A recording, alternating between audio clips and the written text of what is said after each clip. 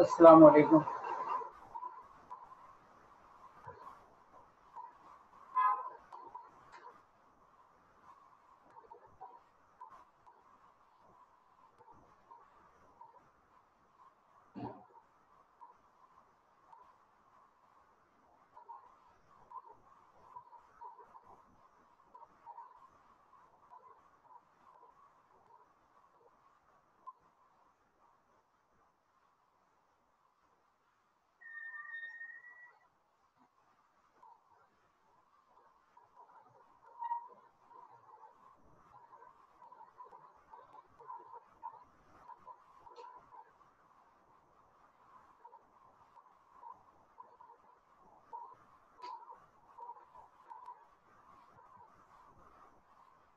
अच्छा जी, जो आज का टॉपिक है वो है कंस्टेंट सेटिस्फेक्शन प्रॉब्लम। कुछ लोग और ज्वाइन कर लें तो फिर स्टार्ट करते हैं।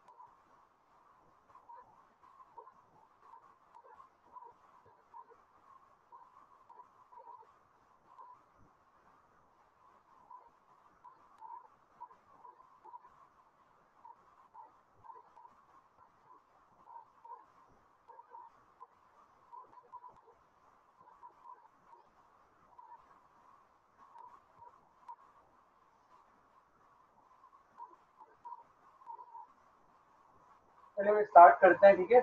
आवाज़ आ रही है सबको?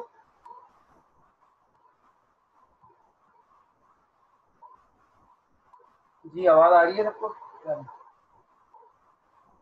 अच्छा, मैंने आप लोगों को लास्ट क्लास में एक क्विज दिया था और एक असाइनमेंट था। आपके 3 क्विज हो चुके हैं और 2 असाइनमेंट। बस एक असाइनमेंट रहता है, होपफुली वो आज मैं आपको दे दूंगा, और एक क्विज रहता है वो नेक्स्ट क्लास में थर्सडे वाले फ्राइडे वाली क्लास में हम लोग लेते हैं। ठीक है, तो फिर हमारे 4 क्विज और 3 असाइनमेंट हो जाएंगे। उनके मार्क्स इंशाल्लाह नेक्स्ट मंडे तक, ट्यूजडे तक लग जाएंगे। आपको भी ये बात पता है कि आपको मैंने गूगल फॉर्म शेयर कर दिया है, तो उसकी लास्ट डेट भी मैंने आपको बता दी है कि कब तक आपने अपनी चीज़ें उस पर सबमिट करनी है।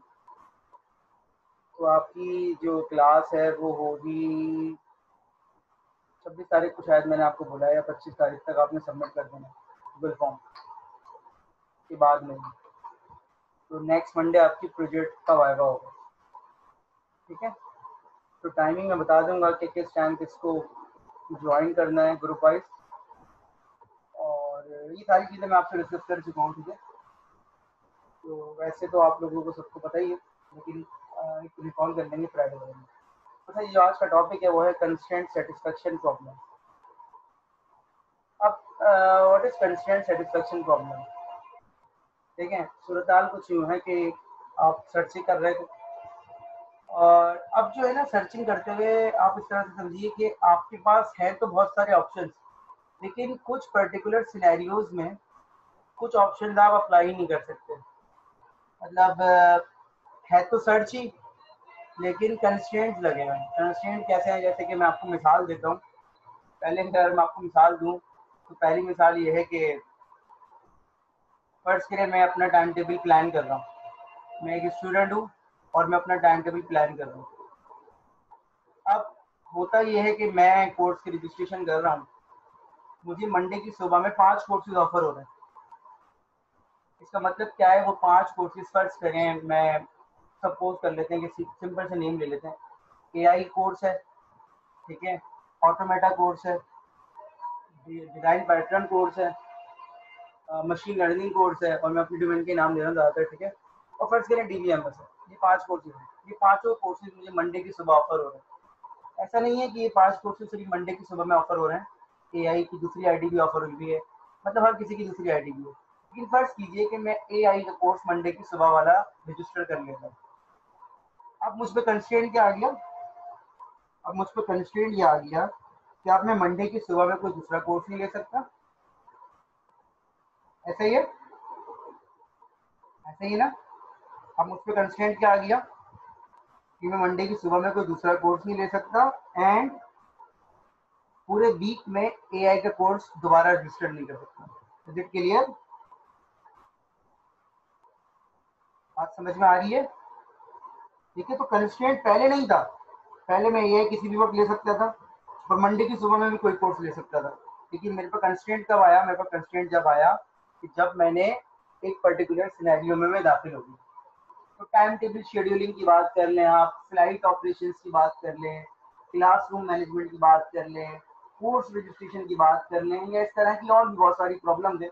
गेमिंग प्रॉब्लम तो बहुत सारी है, वो मैं भी आपको बताऊंगा। लेकिन जो प्रैक्टिकल लाइफ की प्रॉब्लम है वो इस पूरी कैटेगरी में आ जाती है, जिसका नाम क्या है? Constraint satisfaction problem. डेफिनेटली इनको सॉल्व करने का तरीका भी अलग होना चाहिए, इन प्रॉब्लम्स को। और इन प्रॉब्लम्स के जरिए क्या कंस्ट्रेंट सेटिस्फेक्शन प्रॉब्लम के जरिए मैं अपने सर्च को ज़्यादा एफिशिएंट बना सकता हूँ, तो इसकी भी कुछ ट्रिक्स है। लेकिन फॉर द टाइम बीइंग मैं आपको पहले एक मोटिवेशन के लिए एक एग्जाम्पल दिखा रहा हूँ। Look at this example. ठीक है, ये मैथ करेंगे की प्रॉब्लम है। पहले आप इसको समझ लीजिएगा कि ताकि थोड़ा सा मोटिवेशन हो जाए कि भाई what we are going to learn. एक ऑस्ट्रेलिया का एक स्टेट्स का मैप दिया हुआ है, जिसमें डिफरेंट स्टेट्स हैं। Western Australia WA, Northern NT, Queensland, South Australia, New South Wales, Victoria, Tasmania. इसको शॉर्ट फॉर्म में अगर हम बात करें, WANTQNSWVSAT। हमें जो प्रॉब्लम इस तरह से दी गई कि हमसे कहा गया है कि आपने इन स्टेट्स को कलर असाइन करने, कलर, और आपके पास 3 तरह के कलर है। तो वो 3 तरह के कलर कौन कौन से हैं? Red, green and blue. Red, green and blue. और हमें कंस्ट्रेंट क्या दे दिया गया? कंस्ट्रेंट ये दे दिया गया कि 2 नेबर्स या वो जिनकी बाउंड्री आपस में मर्ज हो, बॉर्डर एक साथ लगा हो, उनमें सेम कलर असाइन नहीं होना चाहिए। Are you getting my point? अभी मैं आपको कंस्ट्रेंट सेटिस्फेक्शन प्रॉब्लम में स्पेसिफिक नहीं पढ़ा रहा उसकी टर्म यूज करके, अब मैं जनरल एग्जाम्पल समझा रहा हूँ आपको कि भाई आपके पास जो बॉर्डर है अगर मर्ज हो रहा हो तो आपको सेम कलर असाइन नहीं करना। लाइक अगर मैंने इसको रेड कलर दे दिया तो ये एन टी और एस ए को रेड कलर में असाइन नहीं कर सकता क्योंकि इनकी बाउंड्री आपस में क्या हो रही है, मर्ज हो रही है। Is it clear? तो जिस तरह हर टॉपिक की कुछ ना कुछ टर्म्स होती हैं कि जिनको यूज करते हुए हम आगे बढ़ते हैं उस टॉपिक में, तो इसमें भी तीन बेसिक कॉन्सेप्ट हैं। वो कहलाता है पहला वेरिएबल, दूसरा डोमेन और तीसरा कहलाता है कंस्ट्रेंट। वेरिएबल का मतलब ये होता है कि वो चीज जिस पे ऑपरेशन होगा, like problem to problem depend करती है अगेन ये बात भी, लेकिन फर्ज करें वो चीज जिस पे ऑपरेशन होगा, तो यहाँ पर वेरिएबल्स कौन है कि जिन स्टेट्स को हम कलर असाइन कर रहे हैं। इसी तरीके से अगर मैं टाइम टेबल वाली बात करूं जो मैंने क्लास के स्टार्ट में भी आपसे थोड़ी देर पहले डिस्कस की है, तो उसमें जो है मैं ये कह सकता हूँ कि वेरिएबल क्या है, कोई बता सकता है?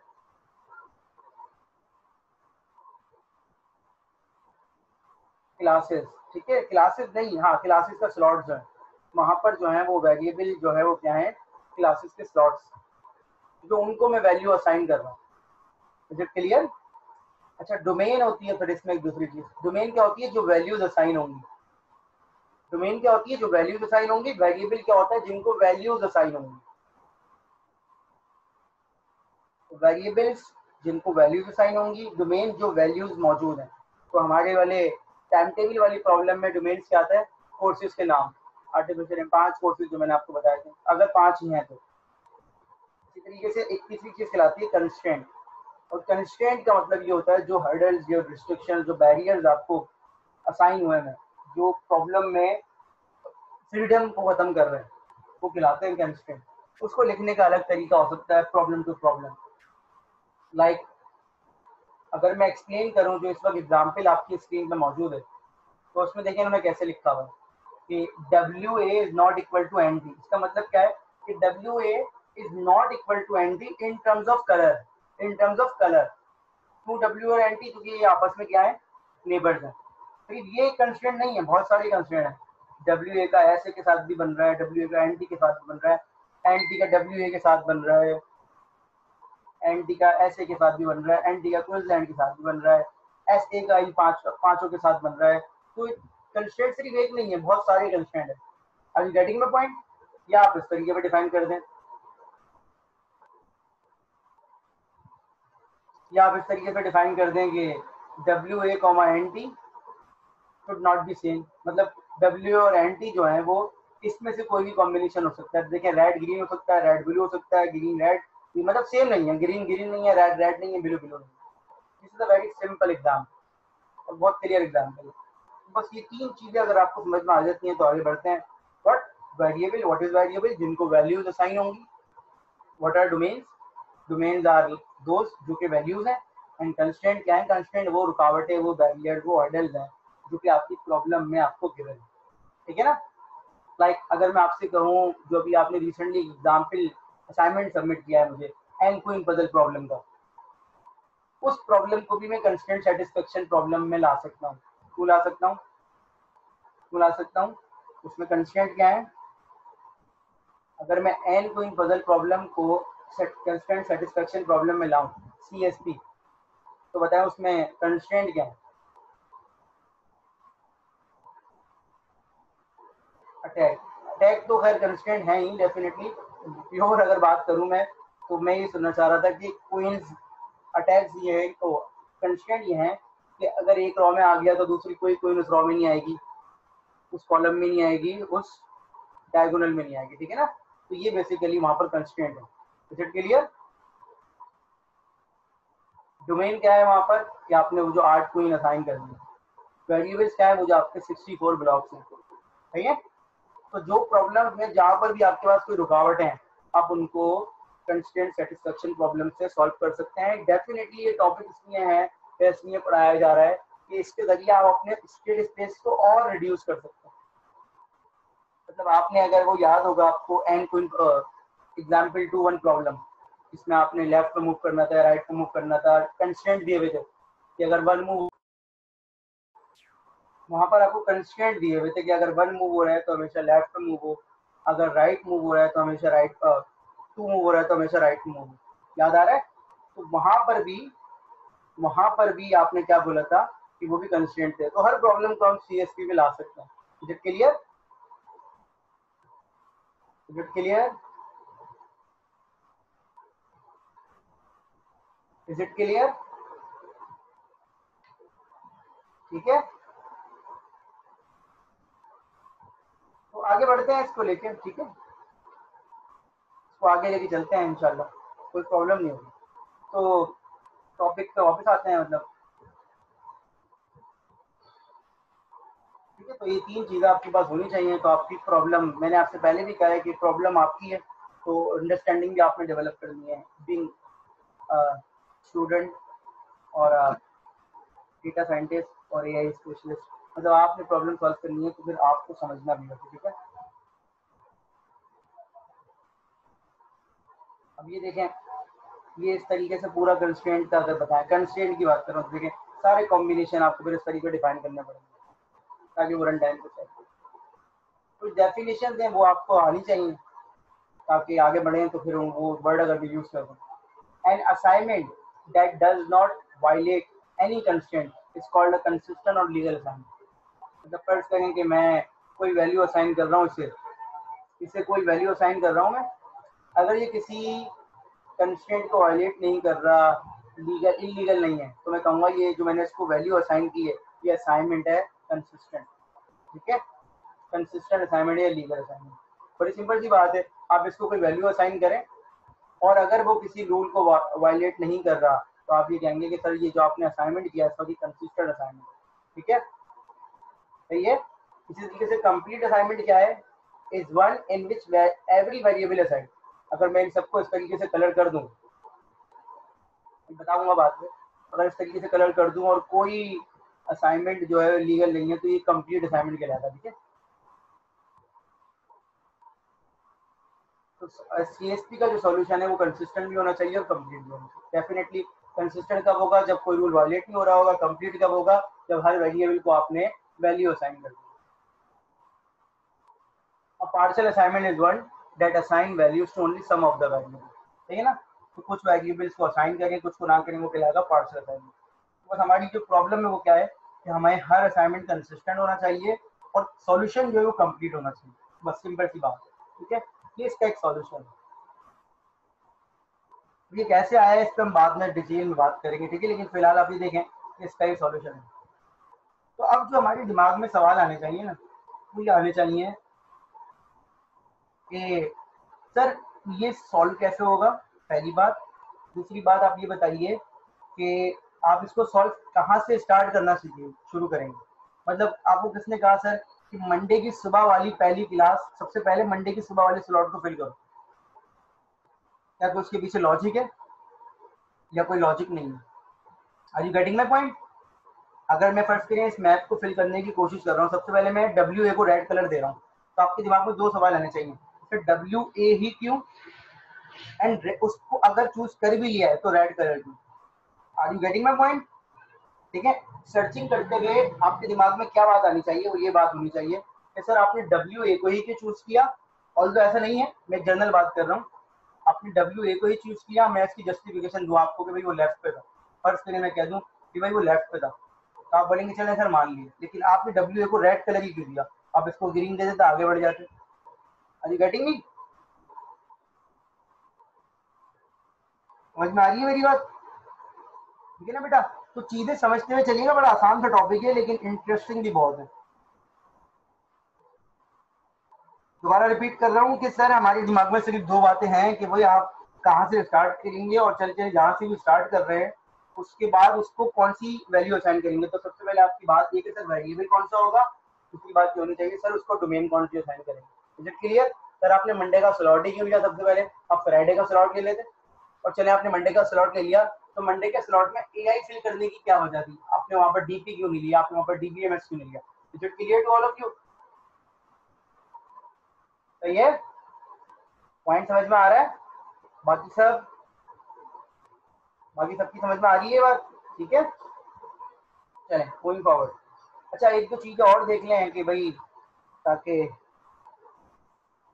एक कहलाता है बाइनरी सीएसपी। बाइनरी सीएसपी क्या होता है?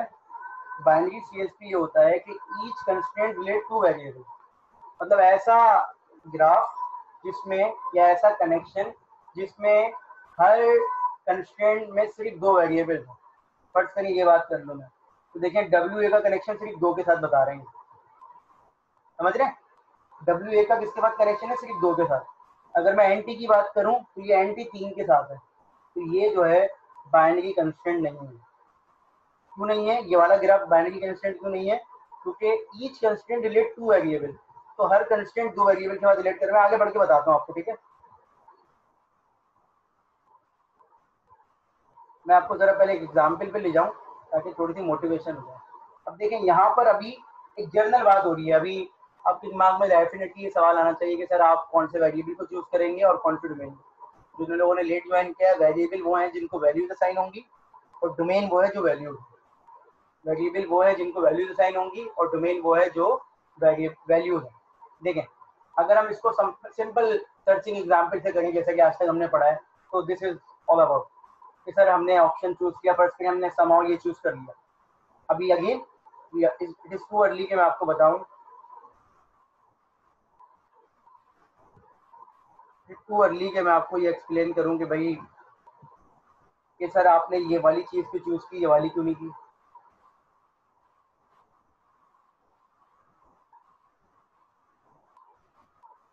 सही है? बिलाल देखो अब आवाज क्लियर आ रही है? अच्छा जी, तो फिर हमने क्या किया, हमने कहा भाई ये तीनों चीजें जो है ना, इन तीनों चीजों को आप मतलब इसको तीन ऑप्शन दे रहे हैं आप।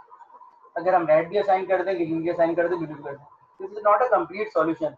ये सिर्फ आपको स्टेप्स बता रहा हूँ कि किस तरीके से आपका प्रॉब्लम बेहतर हो सकता है। तो एक जर्नल है, आज तक हमने जो पढ़ा है ना उसको हम एक्सप्लेन कर रहे हैं।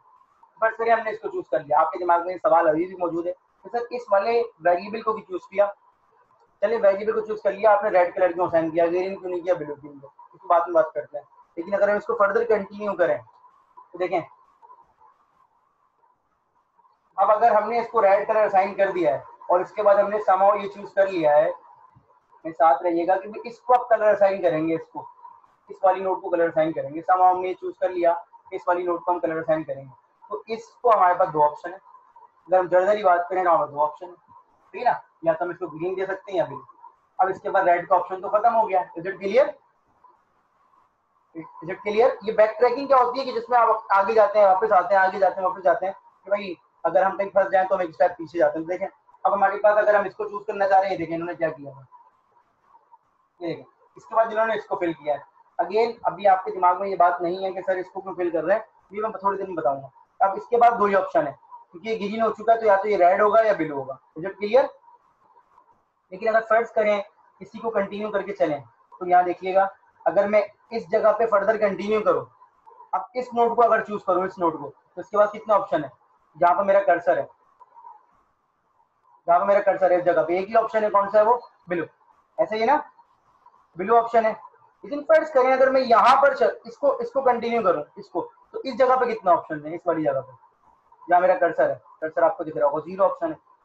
कहा ने जवाब दिया जीरो है, ठीक है ना? आप सबको भी समझ में आ गई होगी जीरो क्यों है, क्योंकि इसके बाद अब कोई पॉसिबल वैल्यू मौजूद नहीं है डोमेन में, ठीक है ना? तो इस तरीके से इसको हम फर्दर सॉल्व करते हैं, लेकिन इस तरीके से ये बड़ा लेंदी भी हो सकता है।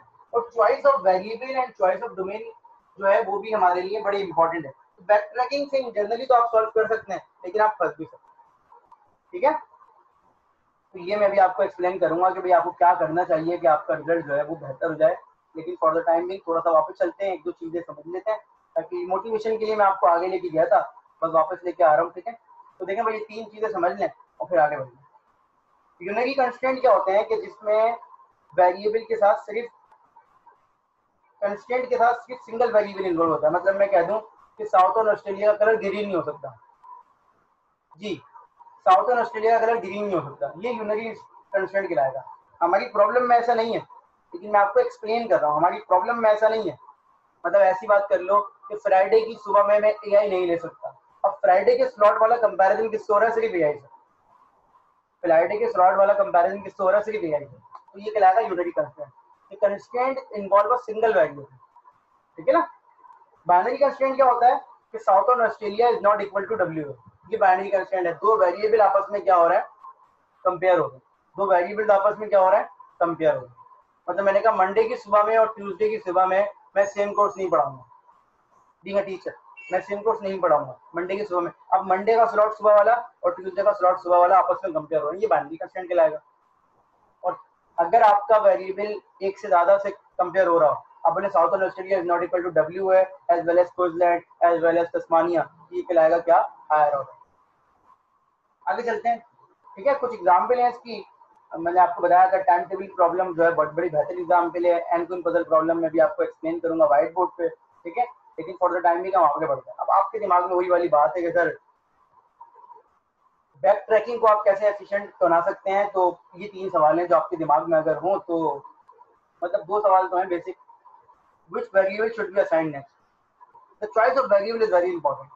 तो सर हमें कौन सा वेरिएबल चूज करना चाहिए, ये कैसे पता चलेगा?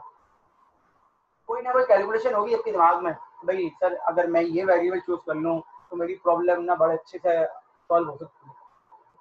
लेकिन आप एक स्टूडेंट है, आपको दो कोर्स आपको ऑफर हो रहे हैं, लेकिन आप एक ले सकते हैं इस वक्त। मतलब आप फर्ज करें कि आपको एक कोर्स पढ़ सकते हैं लेकिन दो कोर्स ऑफर हो रहे हैं। मैं आपसे पूछता हूँ, फर्ज कीजिए कि आपको एक कोर्स ऑफर हो रहा है जो साल में एक दफा ऑफर होता है, और एक कोर्स है जो हर सेमेस्टर ऑफर होता है, ठीक है। और ये फर्ज कर लीजिए कि जो कोर्स ऑफर हुआ है ये साल में एक दफा वाला है, सपोज कर ले मशीन लर्निंग इलेक्ट्रिक। और एक कोर्स आपको ऑफर हुआ है डीपी। मैं एक जनरल बात कर रहा हूँ, तो आप मुझे बताइए कि आप कौन सा कोर्स लेंगे? आप मशीन लर्निंग लेंगे या डीपी लेंगे? इन जनरल अगर हम बात करें, ठीक है। और कोई सिनेरियो नहीं है आपके दिमाग में, आपके दिमाग में और कोई चीज नहीं है कि ये फाइल्स कुछ भी नहीं है, सिर्फ कंडीशन आपको बता दी।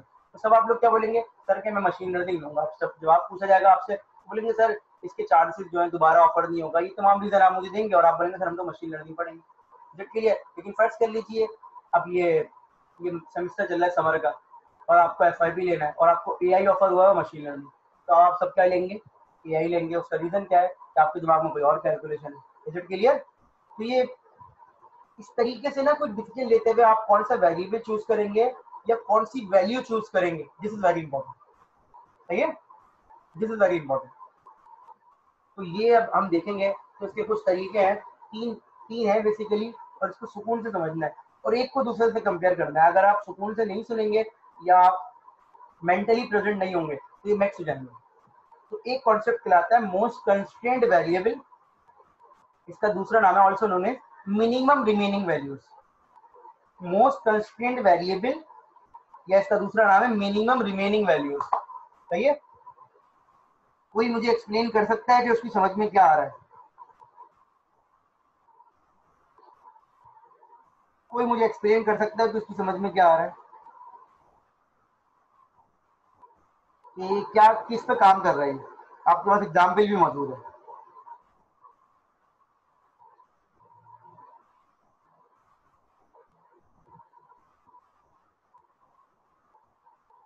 कोई भी एक्सप्लेन कर दे बेटा, क्योंकि ये वो स्लाइड होती है जिसमें मैं स्टूडेंट से पूछता हूँ।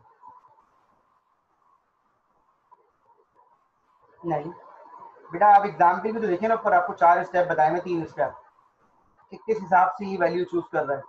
पहले तो मुझे बताइए, ये सिलेक्शन ऑफ डोमेन है या सिलेक्शन ऑफ वेरिएबल है इसके अंदर? इस स्लाइड के अंदर सिलेक्शन ऑफ वेरिएबल हो रही है या सिलेक्शन ऑफ डोमेन हो रही है?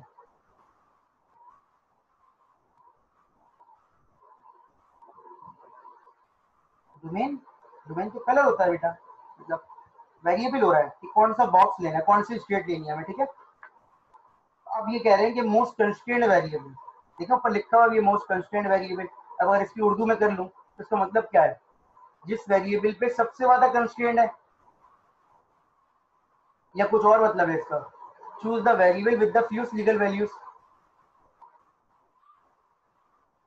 ठीक है। क्या कह रहे हैं? Choose the variable with the फ्यूस्ट legal values.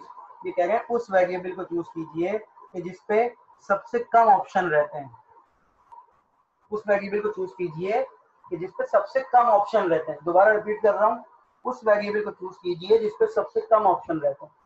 मतलब स्टार्ट वाला तो चले हमने रैंडम चूज कर लिया क्योंकि कुछ ना कुछ तो हमें स्टार्ट करना है। अब आ जाए यहाँ पर 1 2 3 4 5, इन्होंने ये वाला वेरिएबल चूज किया है। अकॉर्डिंग टू द स्टेटमेंट ये कह रहे हैं choose the variable with the fuse legal value 1 और 2। इसके बाद कितने ऑप्शन बचे हैं? जहां पर मेरा कर्सर है, जहां पर मेरा कर्सर है इसके बाद कितना ऑप्शन बचे? 2। और इसके बाद कितना ऑप्शन बचे? 4 ऑप्शन। बेटा टोटल तो 3 है, तो 4 कहां से आएंगे राही? इसके बाद कितना ऑप्शन बचे? 2। इसके बाद कितना ऑप्शन बचे? 2। इसके बाद कितना ऑप्शन है यार? 1 मिनट, जैन 3 भी बोल रहे हैं। जैन कहाँ गया है वो? सकीना कहाँ गया है वो? तुम लोग दोबारा सुन लीजिए। इसमें रेड कलर हो गया, तो इसमें अब रेड कलर नहीं हो सकता, तो बाकी कितने कलर बचे? 2 कलर बचे। और इसके बाद भी कितने कलर बचे? 2 कलर बचे। Is it clear? इसके बाद कितने कलर बचे अभी?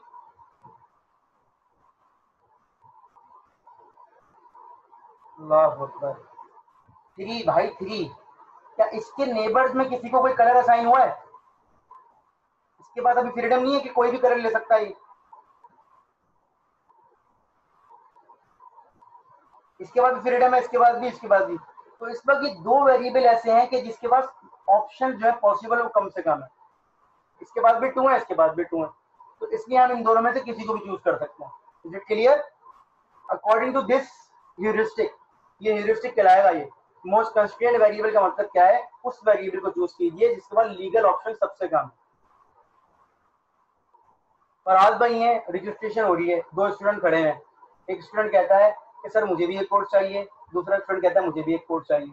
अब वो जो पहला स्टूडेंट है उसका ही लास्ट सेमेस्टर है, अगर वो इस सेमेस्टर में कोर्स ना पढ़े तो फिर उसको एक सेमेस्टर मजीद जाना पड़ेगा, और कोर्स के अंदर सिर्फ एक स्टूडेंट की जगह है। और दूसरा स्टूडेंट ऐसा है जिसके 3 सेमेस्टर रहते हैं, तो हमें टेक्निकली किसे देना चाहिए कोर्स? उस स्टूडेंट को देना चाहिए जिसका लास्ट सेमेस्टर है, क्योंकि उसके पास ऑप्शंस कम है। Is it clear? बिल्कुल। तो ये choose the variable with the फ्यूस्ट legal value. तो देखिए ये 2 ऑप्शन थे बेटा, आप सुन लीजिए वर्ड से। इसके बाद भी 2 हो गए, इसके बाद भी 2। मैं लिख दूं अगर यहाँ पर, तो इसके बाद भी 2 ऑप्शन बचे हैं, इसके बाद भी 2 ऑप्शन है, तो हम इन दोनों में से किसी को भी चूज कर सकते हैं। सपोज करिए इन्होंने इसे कर लिया। अब मुझे बताइए इसके बाद कितना ऑप्शन है? 1। इसके बाद कितना ऑप्शन है? 2। इसके बाद कितना ऑप्शन है? 3। इसके बाद कितना ऑप्शन है? 3। इसके बाद कितना ऑप्शन है? 3। तो अब इसमें से सबसे बेहतर कौन सा वाला है? सबसे बेहतर कौन सा हमारे लिए? जिसके पास सबसे कम ऑप्शन है। तो हमने 1 को चूज कर लिया। Is it clear to all of you? ये कहलाता है मिनिमम रिमेनिंग वैल्यूज या most constraint variable. Is it clear to all of you? इसमें कोई कंफ्यूजन तो नहीं है? ठीक है, आपने वो वेरिएबल चूज करना है जिसके बाद लीगल ऑप्शन सबसे कम हो। आपने वो वेरिएबल चूज करना है जिसमें लीगल ऑप्शन सबसे कम हो। आगे बढ़ते हैं। एक और ह्यूरिस्टिक है। अब हम ये नहीं कह रहे कि हम हमेशा ये यूज करें, आप ये भी यूज कर सकते हैं। ये सेकंड वाला है, पढ़े शाबाश और मुझे बताइए। नहीं, अगर 2 इक्वल हो तो मैं आगे आ रहा हूँ, लिखा हुआ भी यही नहीं। अगर 2 इक्वल हो तो फिर इस पे आ गए। अगर टाई ब्रेकिंग हो जाए लोगों के दरमियान में, तो अगर आप मोस्ट कंस्ट्रेंट वेरिएबल यूज कर रहे हैं, टाई ब्रेकिंग हुई, तो आप मोस्ट कंस्ट्रेनिंग पे आ जाए। अब मोस्ट कंस्ट्रेनिंग क्या है पढ़ ले, फिर मुझे एक्सप्लेन करें शाबाश। 1 मिनट है आपके पास।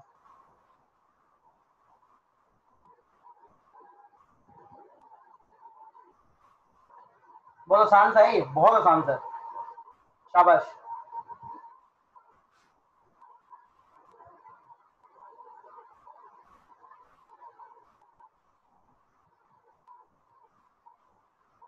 जी एनीवन? मैक्सिमम ऑप्शन तो नहीं, अगर आप एग्जाम्पल देख लेना तो आप लोगों को बहुत आराम से क्लियर हो जाएगा।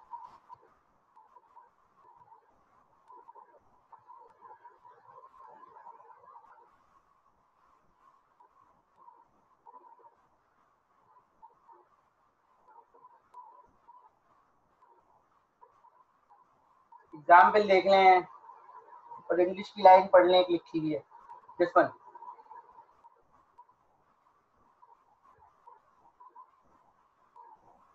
उस वेरिएबल को चूज कीजिए जो ज्यादा लोगों में इंटरेक्शन कर रहा हो, इन्फ्लुएंस फैला रहा हो, कंस्ट्रेंट दे रहा हो।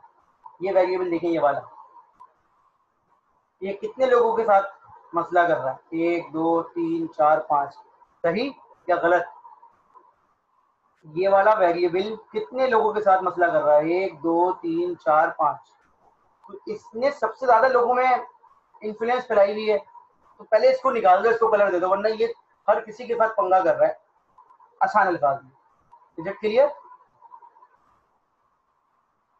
Choose the variable with the most constraint on the remaining variable. जो रिमेनिंग वेरिएबल बचे हुए हैं उनमें सबसे ज्यादा कंस्ट्रेंट कौन है, किसका सबसे ज्यादा के साथ कनेक्शन है, उसको आप सबसे पहले निकाल दो सिस्टम में, ताकि ज्यादा लोगों को सुकून आ जाए। Is it clear? अच्छा, ऐसा नहीं है कि आप सिर्फ एक यूज करें, आपने इस पे ये लॉजिक लगा ली, अब आप नेक्स्ट पे पहुंचे, आप दोबारा से इसी लॉजिक पे आ जाए, आप बोला सर यहाँ पर मैं, तो इनको कंबाइन करके चलना है। सिर्फ ये नहीं है कि सिर्फ ये चल रहा है या ये चल रहा है, मिक्सचर भी चल सकता है। क्लियर हो गई बात? इससे ना आप अपनी एफिशिएंसी बढ़ा रहे हैं बैक ट्रैकिंग की, बस और कुछ नहीं। तो आप सिर्फ इसको चला लें, अगर आप इसको चलाने के साथ इसके साथ पे इस पे भी आ जाए, तो देखें यहाँ पर है। अब ये कितने लोगों के साथ है? 1 2 3, 1 2 3, तो इसको चूज कर लिया। हो सकता है आप इसको भी चूज कर सकते थे, 1 2 3, तो यहाँ पर टाई ब्रेकिंग भी हो सकती है, सही है। लेकिन कोई ना कोई डिसीजन मेकिंग के लिए आपने कोई ना कोई हेरिस्टिक यूज करना है, या तो ये हेरिस्टिक यूज करना है या ये हेरिस्टिक यूज करना है। ऐसा नहीं आप बोले सर इसको ग्रीन को कैसे चूज कर लिया, तो हो सकता है उसको नहीं ये हेरिस्टिक लगाया वो।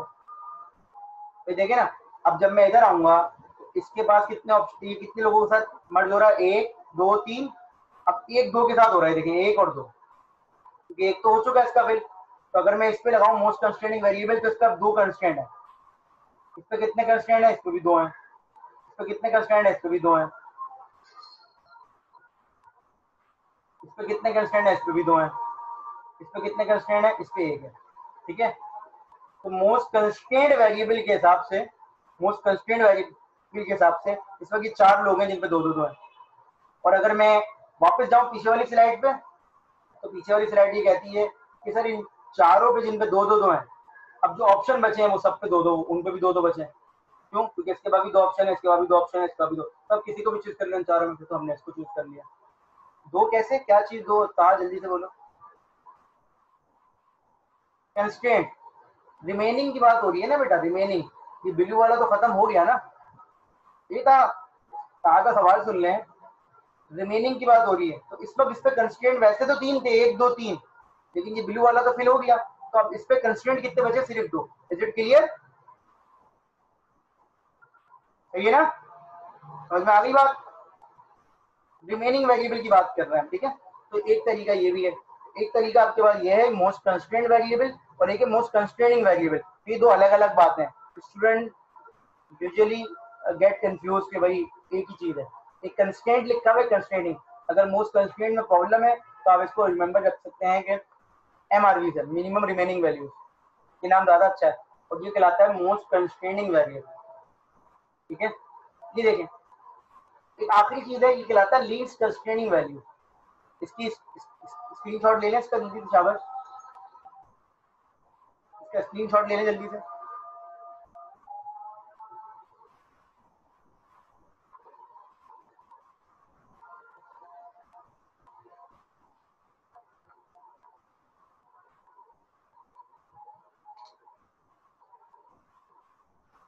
डन?